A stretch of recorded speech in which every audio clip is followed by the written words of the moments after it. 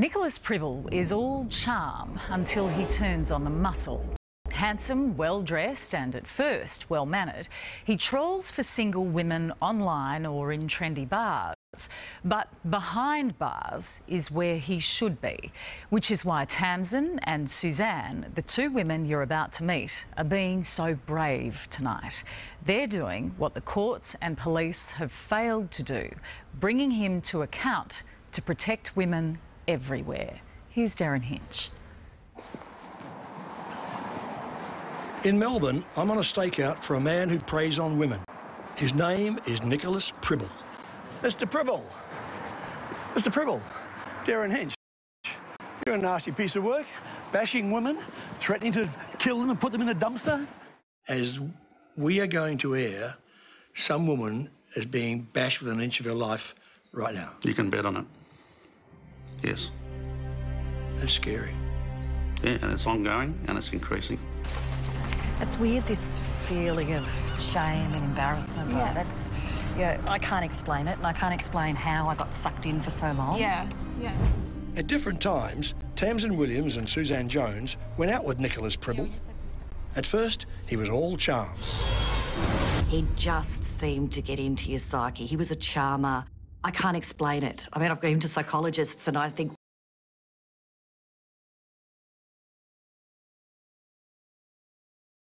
why did I do this?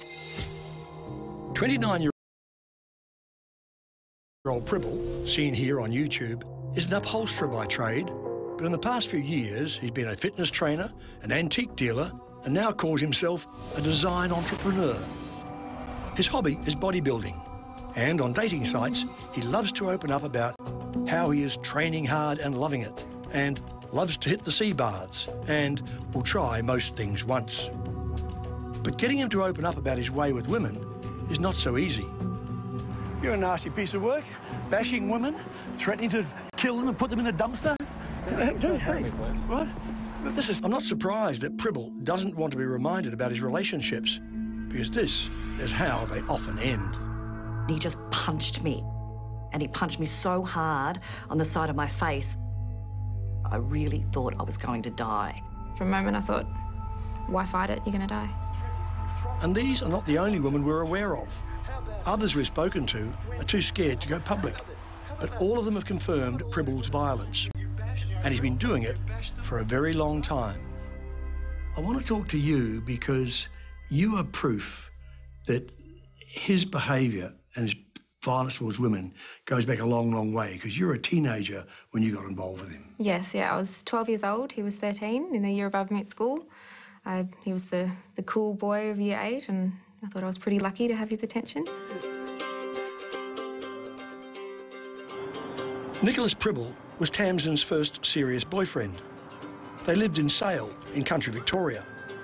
Pribil was controlling and ferociously jealous. I wasn't allowed to wear makeup, I wasn't allowed to make myself look nice, because in case I was trying to attract someone else. Weren't allowed to look at boys? Well, no. What would he say to you? You can't do that. Yeah, oh, were you looking at him, were you? Tamsin was 14 when Pribil attacked her for the first time. He accused her of seeing another boy. I just kept saying I hadn't done it, and that's when he first strangled me. He held me down and tried to make me say it, and I ran away. He chased me down, threw me to the ground, kicked me, everything, and then started strangling me again. So I just wanted to make him stop, so I just said, yes, I did it. And he just spat in my face and just went crazy again, and didn't eventually stopped when we heard someone get home. Later, Pribil begged Tamsin to forgive him. He was very sorry and it would never happen again, and, I needed to change things so that to make him not angry, So it was your fault? He'd always play the victim. It was always someone else's fault. They continued to date. Pribil continued to lose control, including on one occasion grabbing her by the throat to the point where she thought he was going to kill her. I just said, stop struggling, you're going to die. Just stop fighting. For a moment I thought, why fight it, you're going to die. It's a hell of a burden on a teenager. Yeah. It's a lot to carry around by yourself for a long time. Did the police ever get involved? They did only at one point when my mum and I came home and found our cat was spray painted. And they found matches as well in the backyard, and the neighbours said they saw him coming out of our backyard while we went home, and spoken to friends who said that he was bragging about trying to set our cat on fire. But he's such a good liar that he got away with it. Nothing ever happened. Concerned for their daughter's well-being, Tamsin's parents sent her interstate. When she returned, Pribil had moved on to other women.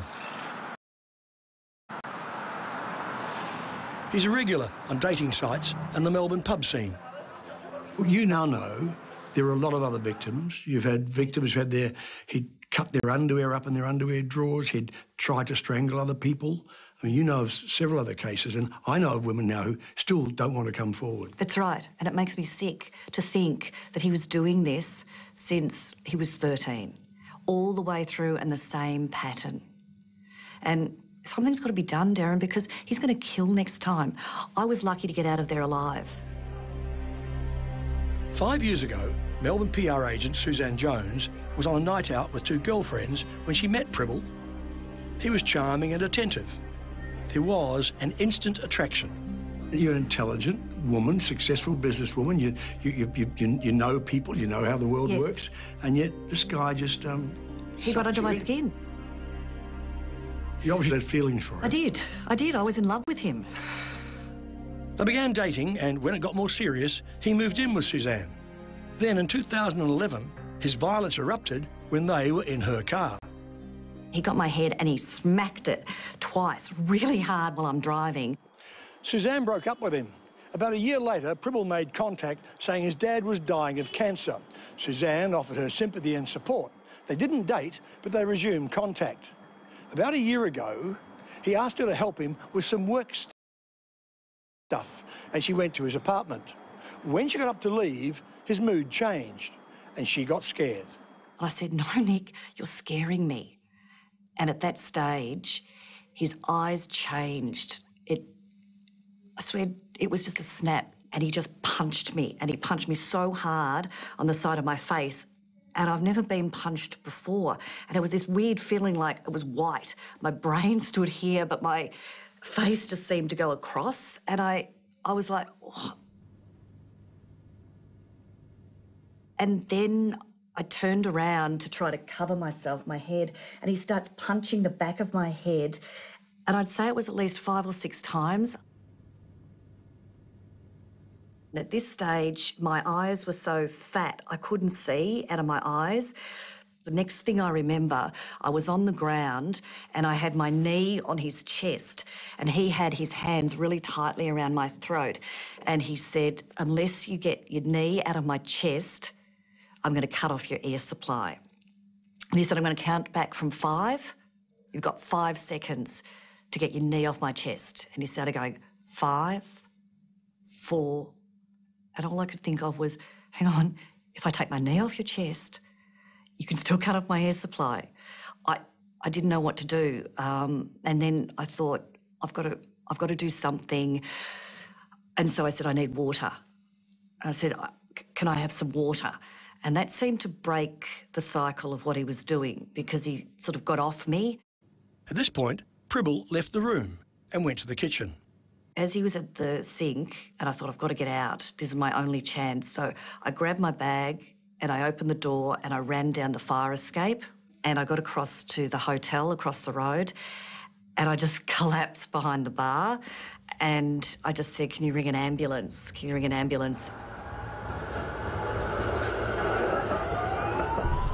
This is CCTV vision from the hotel. Suzanne is slumped on the floor to the left. Bar staff come to her aid. The paramedics come. Then the police. Suzanne is taken on a stretcher to an ambulance and rushed to emergency. She'd be in hospital for the next 3 days. My face felt foreign, like it didn't belong to me anymore. My cheeks felt like balloons filled with water. I couldn't close my mouth, and I could taste blood. I was too ashamed to tell my friends and family who my attacker was. I made up a story, saying I'd been mugged. But Suzanne was brave enough to tell the police. They arrested Pribil that night.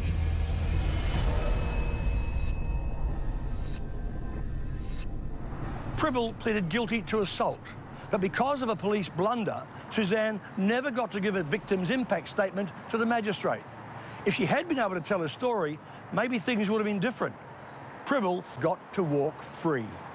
How did that go wrong? Well, simply, Darren, we stuffed up. In that case, stuffed up badly. Graham Ashton is Deputy Commissioner of the Victorian Police. He's a good man and a good cop, but in Suzanne's case, something went badly wrong. Now, the first she heard about it was that Pribil had been to court. The prosecutor had been asked, is there a victim impact statement? He told the magistrate, no, there's not, and that man walked free with a suspended sentence after bashing that poor woman within an inch of her life.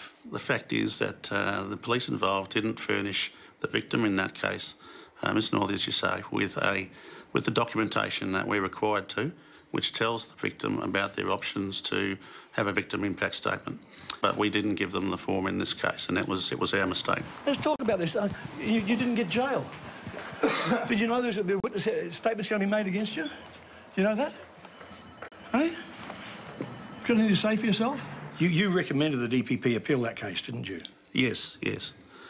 And ultimately the DPP decided that they wouldn't appeal that particular case, and sadly that's for the purposes of the victim impact statement. That's the end of the opportunities for Ms Northey to get that statement in. He pleaded guilty to 2 of the 3 charges, and they asked if there was a victim impact statement, and the prosecution said no, and he's been sentenced to 6 months jail with an 18-month good behaviour bond. Totally suspended. Totally suspended. Because he said that his father died and that he had an addiction because of his father dying. Nick Pribil has been terrorising women all his life. He's a bully. The pattern of violence has to stop, as I dread to think what will happen to his next victim. You know he's on social media now, on the internet. Yeah. Yeah, oh, I've seen the muscle things and that sort of thing. On meetup.com and on Facebook, Pribil is a free man, free to trawl for more victims. It's not fair. I got the sentence. He didn't. He's going for the Mr. Muscle Man Challenge or something, and he's on a website where he's slimming himself down. He's also on heaps of meetups. So he's out there actively meeting women, looking for new girlfriends, looking perhaps for new targets. A man like Pribil will offend again and again and again, and I can tell you, one day a police officer will knock on a door because one of his victims has been killed. Well, I probably can only say to that the family violence behaviour is highly recidivist. You don't often get just a one-time offence. From what I hear, there's a lot more. You know, saying what happened to Suzanne. The next victim could die, yeah. And I don't want that on my, knowing I could have done something. How about all those women? You've bashed them. Can you open the door, please? You've bashed them, right? Big, brave man, aren't you? Open the door, please, Full of roid rage, all that sort of stuff. Now, if you excuse the expression, when I confronted him, one of the things I called him a coward, but I also bashing women, but I called him a narcissistic prick. Yeah. Would you go along with that? I'd definitely say that, yes. Definitely. He can appear to be one way, you know, so charming, so well-spoken, so seems very intelligent and seems like a hard worker, but in actual fact, he's a complete opposite. Nothing to say? Nothing to say, huh? You're a big narcissistic prick, aren't you?